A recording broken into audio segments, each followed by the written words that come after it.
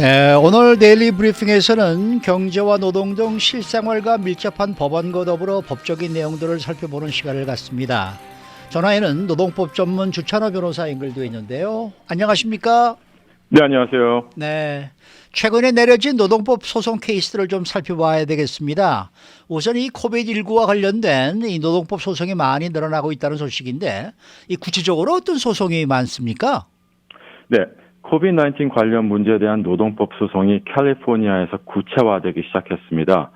캘리포니아의 Americans with Disabilities Act에 따라서 고용주가 신체적 및 정신적 장애에 대한 편의 제공을 하지 않는다는 소송이 확실히 증가했습니다. 고용주가 직원에게 코비드-19 관련 질병에 대한 신체적 및 정신적인 편의 제공을 하는 것은 어려운 일인 것으로 입증이 되고 있고요. 하지만 최근 사례를 통해서 이에 대한 잠재적인 소송을 예방 및 방어는 할 수 있겠습니다. 예를 하나 보겠는데요. 예 중에 하나는 조나선 판탄이라는 원고가 전 고용주인 인스타페이지 잉크를 상대로 최근에 제기한 소송입니다. 판탄이 원고는 인스타페이지가 코비드-19과 관련된 불안 발작, 앵자이티 어택을 겪은 후 그에게 편의 제공을 하지 않았다고 주장합니다. 2020년 11월 말까지 판타니는 의사가 제안한 것으로 추정되는 세 가지의 편의 제공을 요청했습니다. 첫 번째, 추수감사절의 휴가 연장. 두 번째, 테라피스트를 만나기 위한 휴가. 세 번째, 비근무 시간과 주말에 제한된 근무 시간 요구였습니다. 원고는 그의 편의 제공 요청이 적절하게 고려되지 않았으며 그의 고용주가 편의 제공을 요청한 이유로 그를 해고했다고 주장합니다. 아주 통상적인 주장이 되겠습니다. 펜타니는 인스타가 자신의 정렬 능력 부족과 전반적으로 직장에서 해피하지 않았다는 이유로 해고당했다고 조언했다고 주장합니다. 혐의의 결과와 진실성은 알려지지 않았습니다. 아직까지는. 하지만 원고의 고용주가 정신건강 상태에 대한 편의시설을 제공하는 데 실패하고 그의 정신건강 상태 때문에 그를 해고했다는 주장을 하고 있습니다. 이러한 유형의 사례는 장애법에 따른 보호가 필요할 수 있는 신체적 또는 정신적 상태가 있는 직원을 식별해야 함을 중요성을 상기시켜줍니다. 코비드-19 공포로 인한 불안과 정신적 고통은 분명히 ADA 장애법에 따른 의무를 유발할 수 있습니다. 이러한 유형의 클레임을 피하기 위해 할 수 있는 것들이 있습니다. 첫 번째로는 disability, 장애가 특정 직원을 보호할 수 있음을 신속하게 인식하여야 되겠고요. 이러한 장애 문제가 신고되면 직원과 대화형 프로세스에 참여하고 직원에게 제공할 수 있는 합리적인 편의를 결정하고 이를 기록하셔야 되겠습니다. 요청된 편의 제공이 힘들다면 편의를 제공하는 것이 부당한 부담이라는 이유를 문서로 반드시 남기셔야 되고요. 합리적인 제공을 하려고 시도하셔야 되겠습니다. 예를 들어 직원의 주요 필수 직무가 현장에 상주해야 하는데 직원이 현장에서 근무할 수 없는 경우에 다른 법적 의무가 없더라도 임시휴직을 제공할 수 있겠습니다. 마지막으로 고용주가 해고한 직원이 정신적 또는 신체적 상태 또는 편의를 요청한 것에 대한 보복의 결과라고 주장하는 것을 피하고 방해하기 위해서는 해고에 대한 합법적이고 비차별적인 근거를 반드시 다큐멘테이션을 하셔야 되겠습니다. 해고에 대한 매우 주관적인 이유, 예를 들어서 나쁜 태도 등등은 그 장애물을 극복하는데 오히려 더 어렵게 할 수 있겠습니다. 네, 그렇군요. 그러니까 대화를 하고 문제를 해결하려고 하는 노력이 충분히 뒤따라야 되겠습니다. 네. 자, 의료용 마리화나를 사용을 했는데 이것 때문에 취업을 하기 전에 약물 검사에서 실패한 구직 신청자가 장애차별 해고 주장 소송을 제기한 그런 내용이 있는데 법원의 판결이 어떻게 내려졌습니까? 네.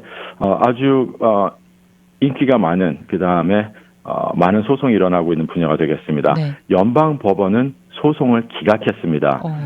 보다 구체적으로는 법원은 원고가 주장하는 만성 허리 통증을 앓고 있다는 원고의 주관적 신념이 신체적 장애로 인해 업무 수행 능력이 제한되었다는 것을 입증하는 자료가 턱없이 부족하고 원고가 장애인임을 입증하기에 불충분하다고 결론 내렸습니다. 케이스의 뒷배경을 잠시 살펴보면은 고용주는 플로리다에 거주하는 지원자였습니다. 캘리포니아에 있는 임원급 포지션에 대한 고용 제한을 했고요. 제안서에 따르면 지원자의 고용은 at will이고 고용주의 직원 핸드북에 명시된 정책을 따른다고 되어 있습니다. 핸드북에는 고용주의 약물 검사 정책, 특히 고용 전 약물 검사 정책이 설명되어 있습니다. 하지만 고용주는 지원자에게 핸드북 사본을 제공하지 않았고요. 더 나아가 고용 제한이 취업 전 약물 검사, 드럭 테스트를 통과해야 한다는 것을 명시적으로 진술하지도 않았습니다. 지원자가 고용 제한을 수락한 후 업무를 시작하기 전에 고용주는 지원자에게 고용 전 약물 검사를 제출해야 한다고 안내를 했고요. 지원자는 당시 플로리다 집에 집수리를 하는 컨트랙터가 와 있었고 해외에 있는 어머니를 하러 나가려고 했기 때문에 테스트를 연기해달라고 요청했습니다. 고용주는 약물 검사는 의무라고 알려주었고요. 네. 검사의 일정은 일단 연기해 주었습니다. 며칠 후 그는 플로리다에서 의료형 마리화나 카드, 메디컬 마리화나 카드를 신청을 했고요. 약물 검사는 신청자가 캘리포니아 근무하는 날까지 연기되었습니다. 그리고 일을 시작하기 전에 원고는 그 누구에게도 의료용 마리화나를 사용했다거나 장애가 있다고 말한 적이 없었습니다. 취업 서류를 작성하는 동안 지원자는 약물 검사 동의서에 서명을 했고요. 서류 작업을 완료한 후에 지원자는 고용주의 CEO에게 만성 허리 통증을 앓고 있으며 플로리다 주에서 의료용 마리화나 카드를 받았다고 알렸습니다.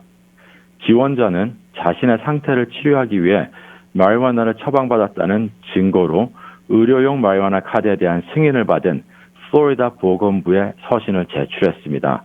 그러나 서신에는 지원자가 기저질환이나 의료용 마리화나 카드 발급 여부를 결정하는 데 사용된 기준에 대한 정보는 전혀 포함되어 있지 않았습니다. 며칠 후에 지원자는 고용 전 약물 검사에 응시했고요. 마리화나에 당연히 양성 반응을 보였습니다.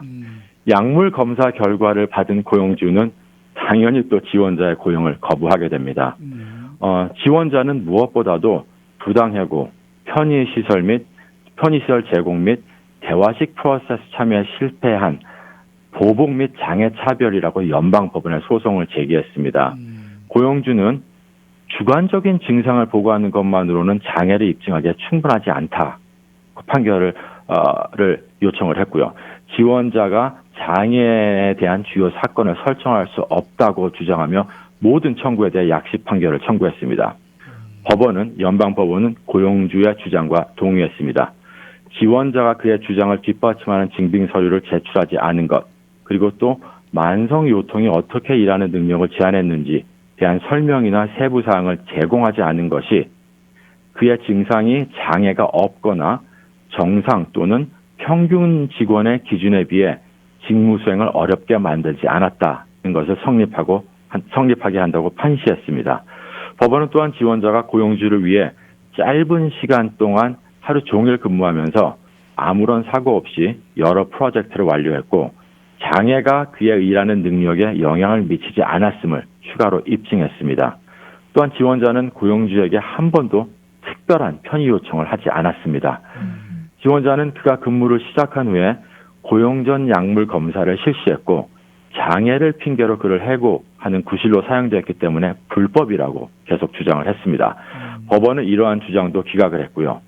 지원자는 고용이 시작되기 전에 고용 전 약물 검사를 제출해야 한다고 안내를 받았으며 심지어 자신의 요청에 따라 검사를 연기시켰다고 법원은 설명했습니다.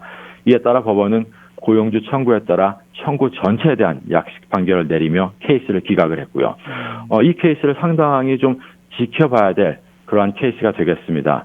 마리화나 사용이 캘리포니아에서는 합법화됐지만 회사의 policy에 따라 당연히 업무 시간과 회사 내에서는 금지 사항이 되겠고요. 문제는 퇴근 후 또는 주말, off duty, 일하지 않을 때 마리화나를 사용해도 알코올과는 달리 몸에 오랫동안 남아있다는 것입니다. 그렇다면 드럭 테스팅을 하게 되면 업무나 회칙과는 무관한 시간에 흡연을 해도 드럭 테스팅을 패스를 못할 것이고 해고 사유가 될 수 있다는 점을 반드시 명심하셔야 되겠습니다. 네. 이런 경우에 그러면은 내가 지금 의료용 마리화나 사용을 한 것이 아니고 그냥 기호용으로 내가 집에서 주말에 좀 사용을 했습니다라고 이야기를 하면은 이것이 뭡니까 약물 검사에 실패하더라도 짭을 얻을 수가 있다 그런 얘기가 되는 겁니까? 아닙니다. 드럭 테스팅이라는 거는 이제 채용 전에 주로 이제 드럭 테스팅을 하게 되고요. 네. 채용 전에는 기호용이든 의료용이든 드럭 테스팅을 페일을 하게 되면 채용을 거부할 수 있게 되겠습니다. 아, 그래요.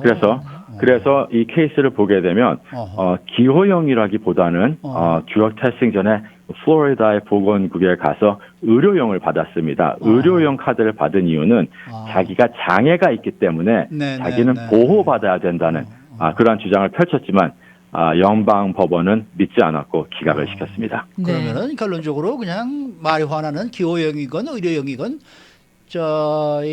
사용을 하지 않는 것이 취업할 때는 도움이 되겠네요. 취업할 때는 아주 큰 도움이 될 것 같고요. 그렇군요. 하지만 이제는 뉴욕이나 아니면 캘리포니아도 서서히 이 합법된 마리화나에 처방된 어떠한 흡연을 하거나 사용을 했을 경우에는 특별히 어떠한 징계나 해고를 하지 않겠다는 그런 트렌드가 계속 유행이 되고 있습니다. 네, 만약에 이런 경우에 의료용 마리화나를 사용을 해야만 되는 그런 경우도 있을 거잖아요. 물론입니다. 네, 그럴 경우에 지원자는 회사에 취업하기 전에 어떤 걸 준비를 하는 게 좋겠습니까? 지원자들은 당연히 의료용 카드를 받아야 되겠고요. 네. 그리고 자기가 장애가 있다는 걸 증명하기 위해서 반드시 의사의 어떤 닥터스 노트나 이밸류에이션이 명백하게 제출돼야 된다고 생각이 됩니다. 그 이유는 기호용이나 의료용 마리화나 카드도 사실은 돈만 페이를 하면 발급이 될 수가 있기 때문에 네. 그러한 카드 외에 정말 자기의 장애가 얼마나 심각하고 그다음에 처방전이 필요하다는 그러한 의사의 진단서가 반드시 필요하겠습니다. 네, 그러면 고용주 입장에서는 어떤 부분에 대해서 또 주의를 해야 되겠습니까? 이런 경우에? 고용주는 이런 드럭 테스팅의 폴리시를 반드시 회사에 가지고 있어야 되겠고요. 그리고 이 채용 전에 이러한 양성 반응을 보인 직원에게는 과연 이러한 마리화나 흡연이 장애 때문에 한 건지 아니면 단순히 기호용으로 쓰고 있는지를 분별을 해서 채용 결정을 하셔야 되겠습니다. 네. 이 직원의 식사 시간과 업무 시간 기록에 대한 대법원의 판결이 최근에 나왔다고 저 얘기를 들었는데 이게 구체적으로 어떤 판결이고 노동법에 어떤 변화를 줄 수 있는 겁니까? 네, 좀 중요한 케이스가 되겠습니다. 타임카드에 대한 케이스가 되겠는데요. 기술이 발전함에 따라 고용주는 정확한 기록 유지를 위한 전자시간 기록 소프트웨어에 의존하고 있습니다. 많은 분들이 이러한 소프트웨어를 쓰고 있고요. 이러한 소프트웨어에 종종 직원의 시간 기록을 반올림하는 세팅이 되어 있습니다. 설정이 되어 있고요. 이러한 회사의 정체상 고의적으로 반올림한 경우 또는 부주의하게 실수로 반올림한 경우가 되겠습니다.